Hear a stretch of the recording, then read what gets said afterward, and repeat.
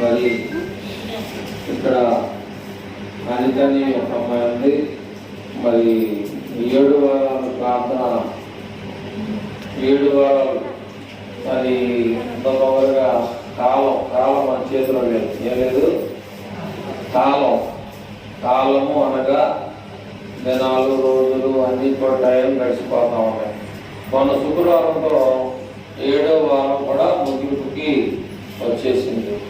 మరి నిజంగా 7 వారాలు తేలిగా సులువుగా అయిపోయింది అనమాట. మరి చక్కగా వచ్చిన వారికి తోచిన రీతిలో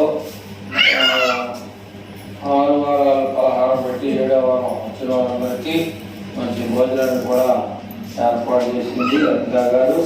మరి వారికి వందనాలు తెలియజేస్తా ఉన్నాం. అట్లాగా రెబ్కా గారు కూడా మళ్ళీ 7 వారాలు శుక్రవారాలు ఎక్కువ శాతం రెబ్కాకి కాలు కాలేదు, కానీ లేకపోతే అమ్మగారును వాళ్ళు ఇద్దరు ఖచ్చితంగా ప్రతి శుక్రవారం వచ్చి సంఘం గురించి వాళ్ళ గురించి ఖచ్చితంగా వాళ్ళు శుక్రవారం కంటిన్యూ జరుగుతూనే ఉంటుంది. అట్లాగా మీరు చాలా మంది రాట్లా కనుక మనకి బాధలు వచ్చినప్పుడు కాదు, కానీ మనం ఎప్పుడు కూడా దేవునితో కలిసిగా ఉంటే ఆయన గుర్తుపెట్టుకుంటాడు. మన సమస్యను కూడా తీర్చడానికి కూడా అవకాశం ఉన్నది. కాబట్టి ఆ దేవుడు చెప్పేటువంటి విషయాలన్నీ కూడా మనం నేర్చుకుంటున్నాం. కానీ ఏం చేయాలి పాటించాలి, లేక అనుసరించాలి. అవి అప్పుడు మనకి దేవుడు మనల్ని గుర్తిస్తాడనే విషయాన్ని కూడా మనం జ్ఞాపకం చేసుకోవాలి. కనుక ప్రియమైనటువంటి వాళ్ళ మరి తెస్సలోనికైకి రాసినటువంటి పత్రికలో కొద్ది విషయాలు మనం చదువుకున్నాం. అవే కాకుండా ఇంకా గ్రంథంలో నుంచి దేవుడు ఏమైతే మనకి తెలియపరుస్తాడో అటు విషయాలు కూడా నేర్చుకోవడానికి మనము సిద్ధపడదాం. ఇక్కడ 5వ అధ్యాయంలో ఒక మాట కనపడతా ఉంది, ఒకసారి చూద్దాం. 5వ అధ్యాయంలో తెస్సలోనికైకి రాసినటువంటి మొదటి పత్రిక 5వ అధ్యాయాన్ని మనం ముందుకు తీసుకెళ్దాం.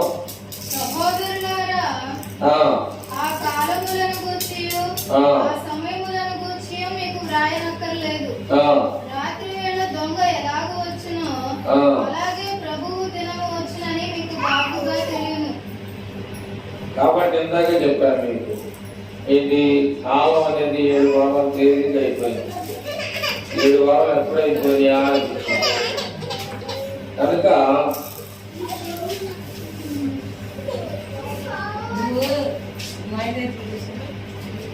టైం అనేది అర్థం పెట్టే కూర్చుంటున్నాయి.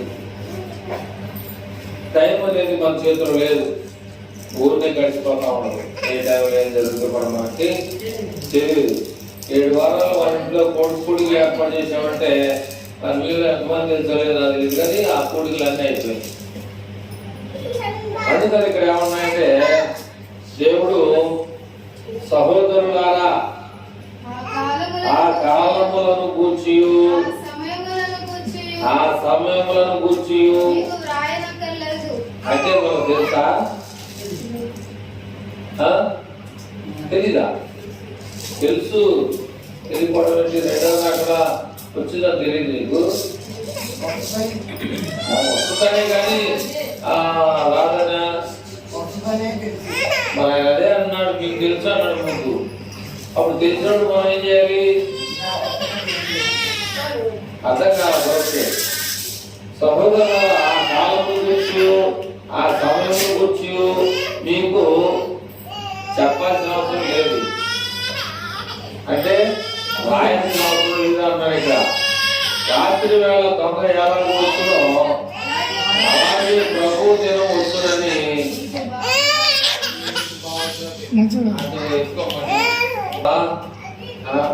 అలాగే ప్రభు దినం వస్తుందని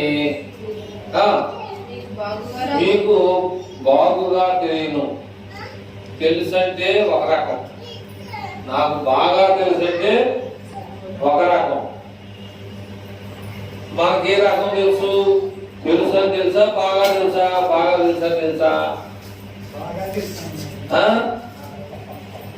ఎక్కువగా రెబకా గారు ఎక్కువగా రాకడ గురించి ఎక్కువగా పాటలు పాడుతూ ఉంటారు. రాకడ గురించి ఎక్కువగా పాటలు పాడుతూ ఉంటారు. అంటే రాకడ రావాలన్నా వద్దారా? రావాలనా? రావాలి. మరి వచ్చిందనుకో రక్షణ పొందడం సంగతి ఏంటి? అవుతే మరి ఏం చేయదు. రాకడ రావాలి అనేటువంటి మనం పాట పాడుతూ ఉంటాం. రాకడ వచ్చిందనుకో ఇంకెలా ఉంటుంది ఇక పరిస్థితి? ఇక మార్పు జన్మలో పరిస్థితి ఏంటంటే నరకానికి పోయే పరిస్థితి అవుతుందని ఆయన ఏమన్నాడంటే మీకు బాగుగా మీకు తెలుసంటే తెలుసు, నాకు తెలిసిపోవడం నాకు బాగా తెలుసండి ఆయన అంటాం చూసావా? అలాగే తెలిసే దాంట్లో కూడా కొద్దిగా తెలుసు, బాగా తెలుసు. ఇక్కడ కొన్ని విషయాలు మనము ఆలోచన చేస్తే ఇక్కడ ఏమంటాయంటే పేతురు పత్రికలు ఏమంటారు ఒకసారి మనం చూద్దాం. పేతురు రాసినటువంటి 2వ పత్రిక ఉందా? 2వ పేతురు పత్రిక 3వ అధ్యాయంలో నేనా ఉంటుంది ఆ విషయం. 2వ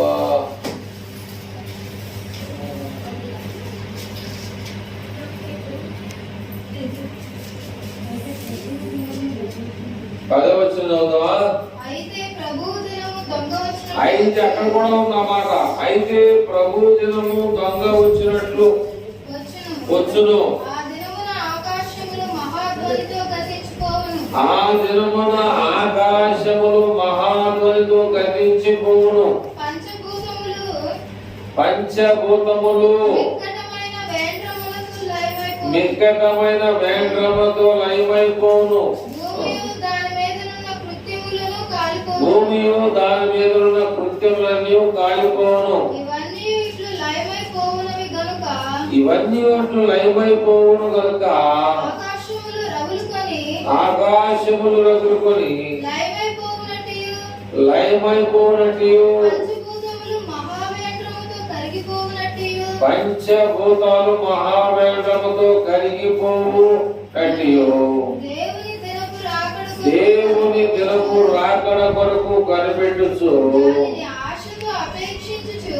దానిని ఆశతో అపేక్షించుచు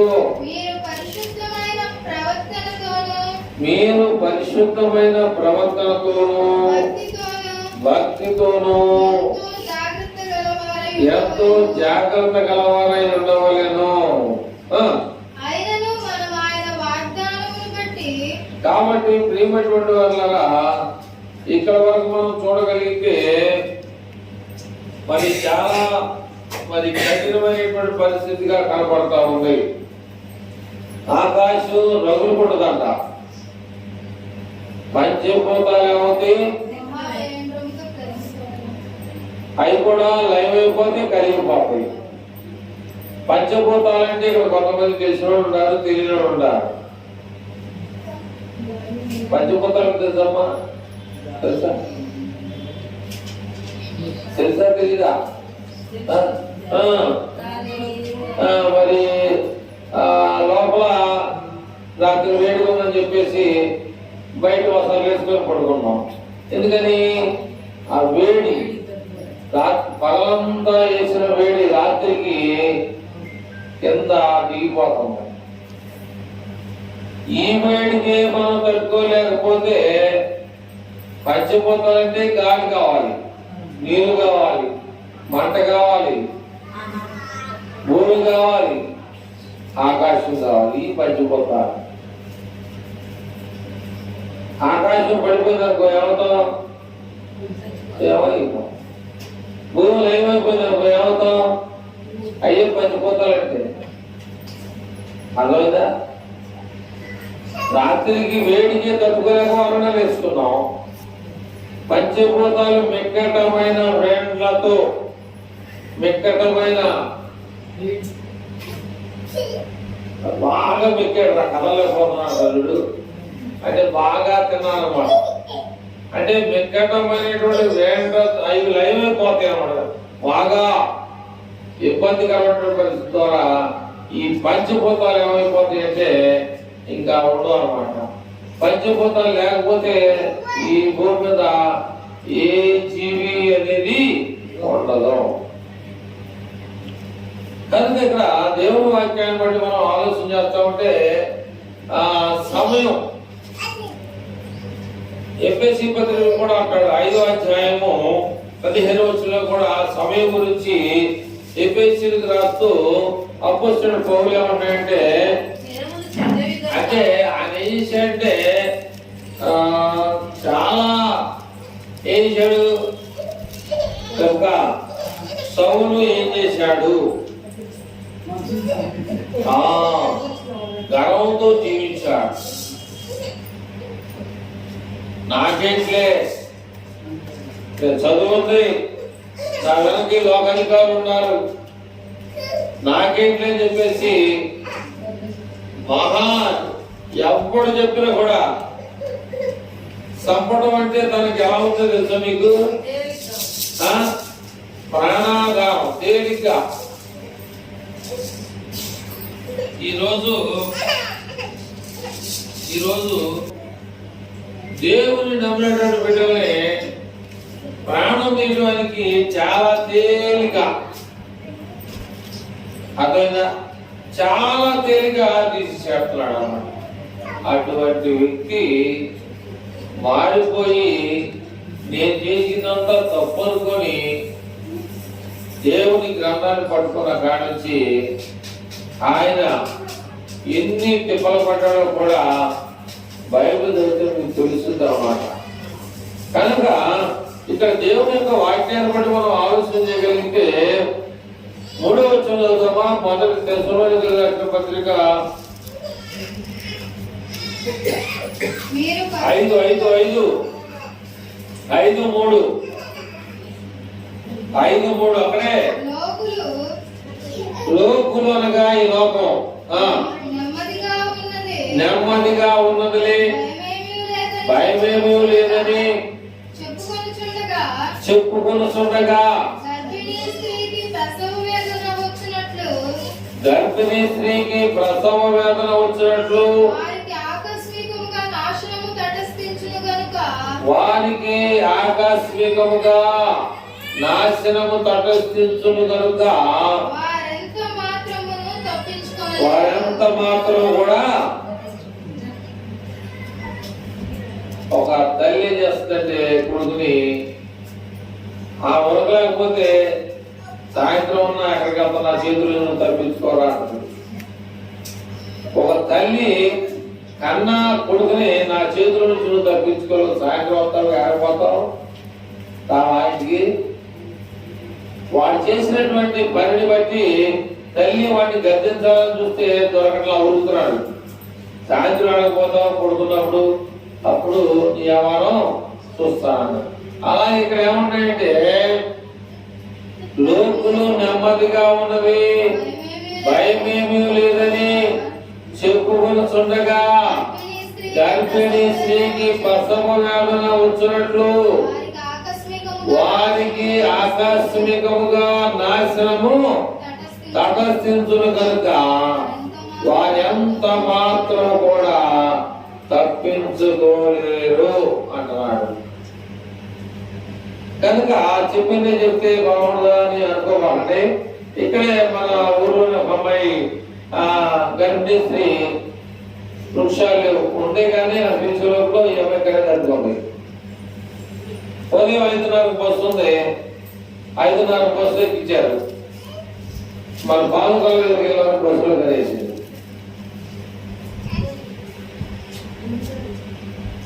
చూడండి.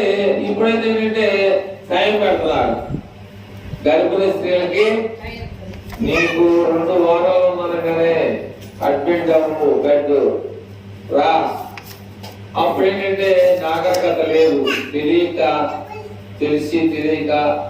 ఆ మంత్ర స్థానంతో కనిపించే విధానం.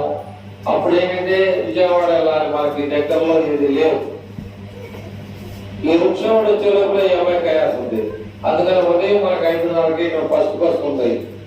ఆ 8 గంటలకు బస్సు దొరికింది. పవన్ కాలకడే లోపల అనేసి అది వాళ్ళు ఏమనుకున్నారంటే ఏదో ఒక హాస్పిటల్లో కనిపిద్దామని వాళ్ళు అనుకున్నారు. అందుకని ఇక్కడ ఏమన్నాయంటే గర్భిణీ స్త్రీకి ప్రసవ వేదన వచ్చినట్లు వారికి ఆకస్మికముగా నాశనం తటస్థించును కనుక వారెంత మాత్రమును తప్పించుకోలేరు. వాళ్ళు ఏమనుకుంటారంటే అమ్మర్పుడి దగ్గర హాస్పిటల్లో తీసుకెళ్ళి జాయిన్ చేద్దామా, ఈ హాస్పిటల్లో జాయిన్ చేద్దాం అనుకునే లోపల ఏమకంటే అనేసి. కనుక ప్రియమైనటువంటి వాళ్ళారా, ఇక్కడ దేవుని యొక్క వాక్యం ద్వారా మనం ఎన్నో విషయాలు తెలుసుకుంటున్నాం. కానీ మరి మనలో ఏముండాలి అంటే మనలో ఏముండాలి? పరిశుద్ధత మనలో ఉండాలి.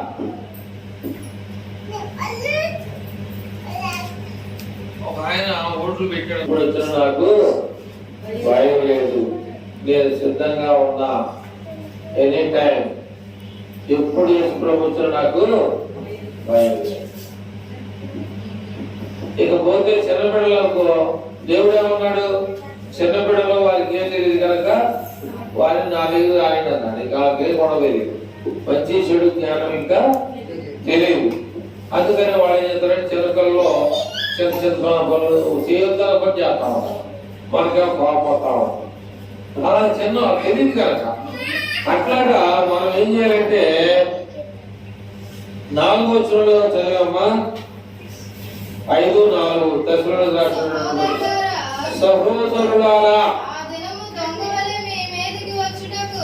ఆ దినము దొంగవలే మీ మీదకి వచ్చుటకు. కాబట్టి మనం ఏంటంటే చీకటిలో ఉన్నవారు కావు, మనమందరం కూడా ఏ సంబంధం అంటే వెలుగు సంబంధమై ఉన్నాం. కాబట్టి మనము వెలుగు సంబంధించిన వాళ్ళమే లేక ఎలాంటి వారు అంటే వెలుగు సంబంధం, చీకటి వారం కావమా. ఇంకా ఎవరైనా చీకటి వారిగా ఉంటే ఆ చీకటిని తొలగించుకొని వెలుగులో రావడానికి ప్రయత్నం చేయాలి. అర్థమైందా? ఇప్పుడు ఇక్కడ ఉన్న పిల్లడు, ఆ పిల్లడు వయసులో వాళ్ళకి తెలియదు, వాళ్ళకి చీకటి సంబంధం. మా చిన్నప్పుడు ఏం చేసేవాడు? టింగు టింగ్ అని ఆటాడేవాడు. ఏంటి టింగు టింగ్ అంటే దొరకకుండా ఉండాలంటే ఏం చేయాలి? చీకట్లో దాక్కువ. అది ఒక ఆట. అది ఆ కాసేపు వాడుకుంటూ ఇంటికి వెళ్ళిపోవడం, అది కాదు. ఇది మనం ఎప్పుడు కూడా ఎలా ఉండాలంటే వెలుగు సంబంధం. అబ్రహామా అని దేవుడు పిలిచాడు. ఎవరిని? అబ్రహాము పిలిచాడు. ఎవరు పిలిచాడు? పిలిస్తే ఏమన్నాడు? చిత్తము నాయన లేదా ప్రభు అన్నాడు. లేక ఒక్కడైనటువంటి నీ కుమారుడైనటువంటి ఇస్సాకుని తీసుకొని బలియమని చెప్పేసి అడిగాడు. 2 పనులు తీసుకున్నాడు, 2 గాడిదలు తీసుకున్నాడు, ఆ గాడిదల మీద పొగలేసుకున్నాడు. 2 పనివాళ్ళు తీసుకొని మోరి అనేటువంటి ప్రాంతానికి, అడవి ప్రాంతానికి వెళ్ళాడు. ఎవరికి ఉండదు అలాంటి నిబరత? ఎవరికి ఉండదు? ఒక్కొక్క లేక ఇచ్చినటువంటి ఆ కుమారుడిని తిరిగి మళ్ళీ నాకు అప్పచెప్పంటే వాస్తవంగా ఎవరు సంబంధి అయినా? ఇస్సాకు ఎవరు సంబంధి? ఇస్సాకు ఎవరు సంబంధి? దేవుని సంబంధి. ఆయనతో మంచి భోజనం పెట్టింది, ఎంత దీవించాలా, ఏం చేసేవాళ్ళు. అలాగే అబ్రహాము ముగ్గురు మనుషులు వచ్చారు ఎండవేళ. ఇదే ఎండవేళలో ఒక్కొక్కడికి మానికి పిండి కలిపారు. ముగ్గురికి దోణి కోసుకొచ్చి అక్కడ కూర పెట్టారు. ఎంత ఏమన్నారంటే నీ భార్య చాలా ఎక్కడ ఉంది అని అడిగాడు. గుడాలు పాకెట్లో ఉన్నాయా పిలువ అన్నాడు. బయటకు వచ్చిందంతా నీ భార్య చాలా పేదలకి గర్భవతి వారిని నీ చేతికి ఇస్తుంది అని చెప్తున్నాను. అట్లాగే దేవుని వాక్యాన్ని వినటం కాదు, ఆశీర్వాదాలు కావాలి. దేవుని దగ్గర రావడం కాదు, ఆయన దగ్గర మనం బోళ్ళంత ఆశీర్వాదం ఆయన దగ్గర తీసుకోవాలి. మనం లేని దగ్గరికి వెళ్ళి అడుగుతాడు. దేవుడు సంపన్నుడు, బోళ్ళంత డబ్బు కలిగిన వాడు. ఆయన దగ్గర మనం అడుక్కోవాలి. లోకంలో ఉన్నటువంటి ప్రజలకి అమ్మాయి పెళ్లి డబ్బులు వెళ్తాడు, ఇస్తానని చెప్పి ఇవ్వలేదు, లేకపోయి పెళ్లి అయితే అలాంటి రోజులు కొంతవరకు పోయినట్టున్నాయి. అలాంటి రోజులు కొంతవరకు చాలా పోయి ఉంటే ఉండొచ్చు కొద్ది గొప్ప. డబ్బులు లేకుండా మనం ఏం చేయాలంటే పెళ్లి పెట్టుకోవాలి. మన దగ్గర దేవుడిని అడగాలి. ఆ డబ్బు ఎలా వచ్చిందో దేవుడి దగ్గర అడిగి తెలుసుకొని మనము ఆ ప్రయత్నం చేయాలి. అంతేగాని ఏం మన దగ్గర ఏం లేకుండా మనం ముందుకెళ్ళకూడదు. 4 వర్షాలు సహోదరుల ఆ దినము దొంగవలే మీ మీదకి వచ్చినకు. అందుకని అర్థం ఏంటంటే మనం రైల్లో ఎక్కినా బస్సులో ఎక్కినా భయపడొచ్చా భయపడకూడదా? ఎందుకని టికెట్ ఉంటే మాకు భయం లేదు, టికెట్ లేకపోతే భయం. అట్లాగే దేవుని దగ్గర మనం ఏం చేయాలంటే రక్షణ భాగ్యాన్ని మనం సంపాదించుకోవాలి. అదే మన టికెట్ అన్నమాట. అప్పుడు మనల్ని ఎవరు పిలిచాడు, మనం కూడా పిలుస్తాడు. 5వ వచనం చదువుదామా? మీరందరూ వెలుగు సంబంధులను పగటి సంబంధులై ఉన్నారు. అంటే అర్థం ఏంటి? మనం రాత్రి వారం కావంటే అర్థం ఏంటి? చీకటి సముద్రము కావు. దేవుడు ఏమై ఉన్నాడు? వెలుగై ఉన్నాడు. మనం కూడా ఏమై ఉండాలి? వెలుగు సంబంధం అయి ఉండాలి. కాబట్టి మీరందరూ వెలుగు సంబంధులను పగటి సంబంధమై ఉన్నారు. మనం రాత్రి వారం కాము, చీకటి వారం కూడా కావు. కాబట్టి ఇతరుల వలె నిద్రపోక మెలకువగా ఉండి మత్తులము కాగాయును.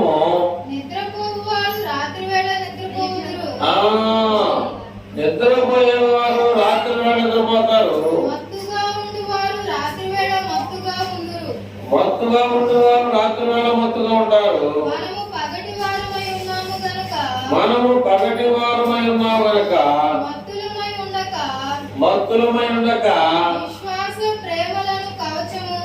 విశ్వాస ప్రేమలను కవచము,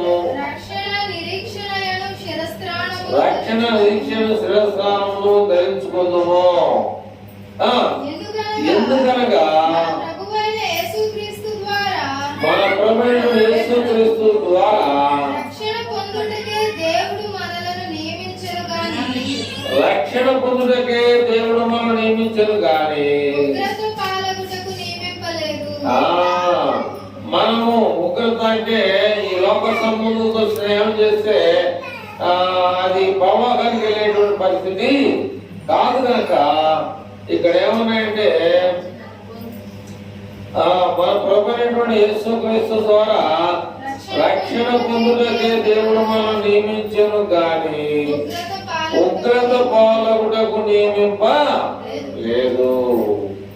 మనము మేలుకొని ఉన్నను, నిద్రపో చేయుచున్నను. తనతో కూడా జీవించు నిమిత్తము ఆయన అంటే క్రీస్తు ప్రభువారు మన కోసం ఏం చేయబడ్డాడంటే చంపబడ్డాడు, మృతి పొందాడు. అలాంటి త్యాగం చేసినటువంటి ఆ గొప్ప దేవునికి నీ యొక్క హృదయాన్నే దేవుడు ఇవ్వమంటున్నాడు. దేవుడు ఏమన్నాడు? నీ హృదయాన్ని దేవుడు అడుగుతా ఉన్నాడు. కాబట్టి నువ్వేం చేయాలనుకుంటున్నావు అనేది ఈ యొక్క మధ్యకాల సమయంలో దేవుడు మనందరినీ హెచ్చరిస్తా ఉన్నాడు. 11 చదివమ్మా. కాబట్టి మీరు ఇప్పుడు చేస్తున్నట్టుగానే ఒకరికొకడు ఆదరించి ఒకరికొకరు క్షేమాభివృద్ధి కలుగు చేయుడి. మరియు సహోదరులారా మీరు ప్రయాసపడుతూ ప్రభువునందు మీకు పైవారై ఉండి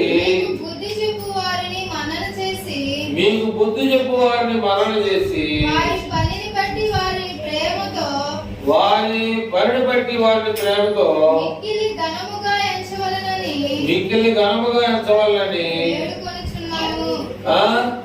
వేడుకొనుచున్నాము.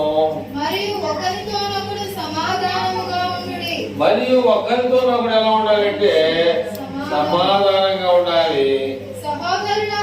సహోదరులారా నేను మీకు బోధ చేసేది ఏంటనగా అక్రమముగా నడుచుకుని వారికి బుద్ధి చెప్పుడి. ధైర్యం చెడిన వారిని ధైర్యపరచుడి. బలహీనులకు ఊతనీయుడి. అందరి ఏమై ఉండాలి? దీర్ఘ శాంతము గలవారు. పరాలోచన ఏమన్నాయంటే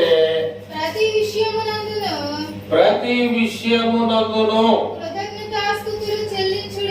కృతజ్ఞతాస్తుతులు చెల్లించుడి. ఎలాగు చేయుట కాబట్టి ఎలాగు చేయుట యేసుక్రీస్తునందు ఈ విషయములో దేవుని యొక్క చిత్తం. అయితే ఒక మాట చెప్పేసి దేవుని మాట ముగించాలని ఆశ కలిగి ఉన్నాను. దావీదు ఏమంటున్నాడో ధనవంతుడు ఏమంటున్నాడో చెప్పి దేవుని మాటలే ముగించుకుందాం. దావీదు ఏమంటున్నాడు మీకు ఎవరికైనా తెలుసా?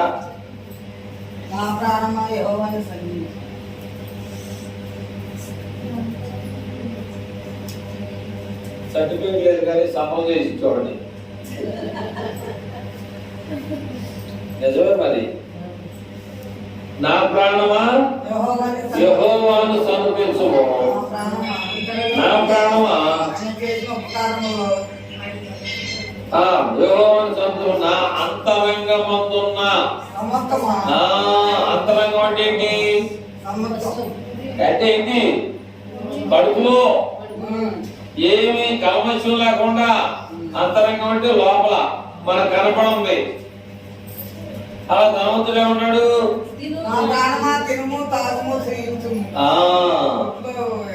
అంటే ఏ ప్రాణానికి పెట్టాయినా ఆయన ప్రాణాలకే పెట్టుకుంటాడు. అర్థమైందా? దేవుని నమ్మిన వాడికి దేవుని నమ్మిన వాడికి తేడా ఏంటంటే దావీదు దేవుని నమ్మాడు. ఆయన చేసిన ఉపకారాల్లో దేన్ని మర్చిపోతున్నాడు. దేవుడు చేసిన ఉపకారాల్లో ఒకవేళ ఎవరైనా మర్చిపోయారనుకో మీరే ఇబ్బందులు పడతారు. దేవుడు చేసిన పేరులో దావీదు కూడా కొద్దిగా ఇబ్బంది పడ్డాడు. ఏ ఇబ్బంది పడ్డాడు ఒక తెలుసా? ఏం తెలుసు?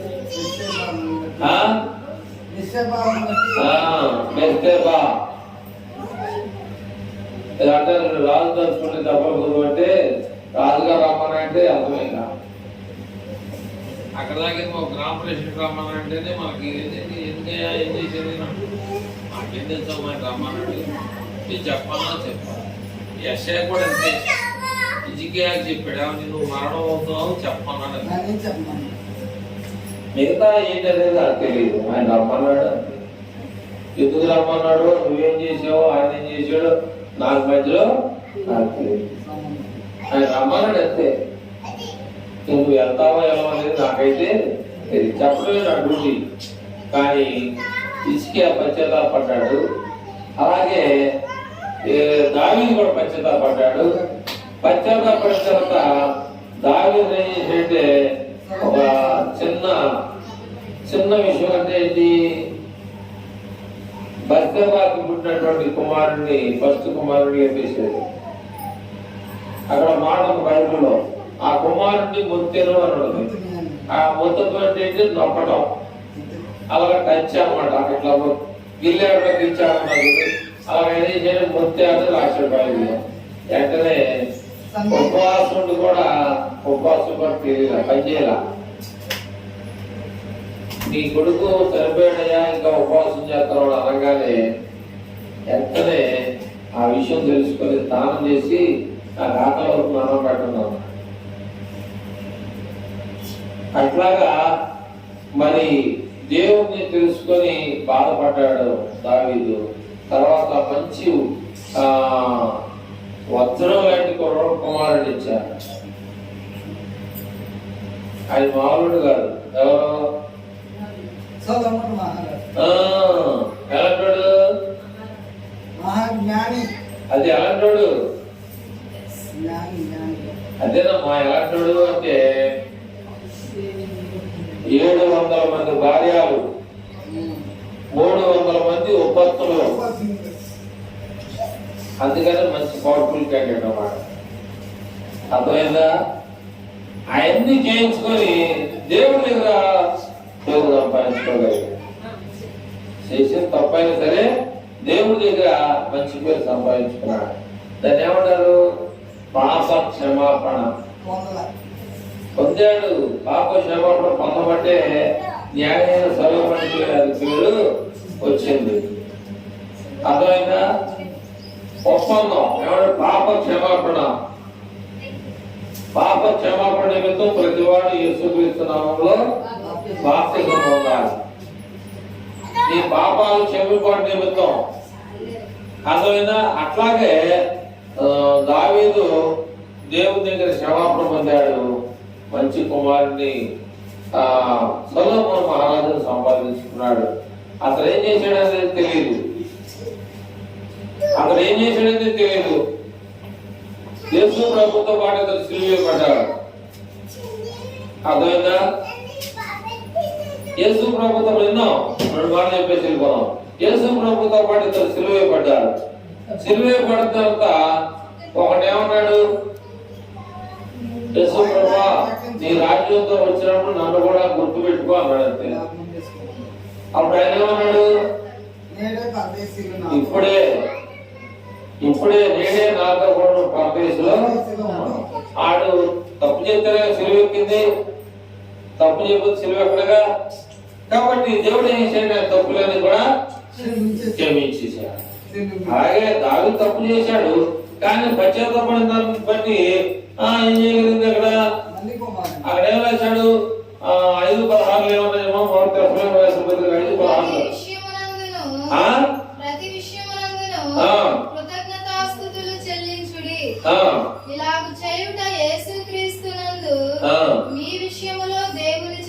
కాబట్టి అంటే ప్రతి విషయం అంటే ఒకవేళ తొందరపాటు ఏమైనా చేసినా, పొరపాటు ఏమైనా చేసినా మనం ఏం చేయాలంటే క్షమాపణ కోరుకొని దేవుడికి ఏం చేయాలంటే కృతజ్ఞత చెల్లించాలి.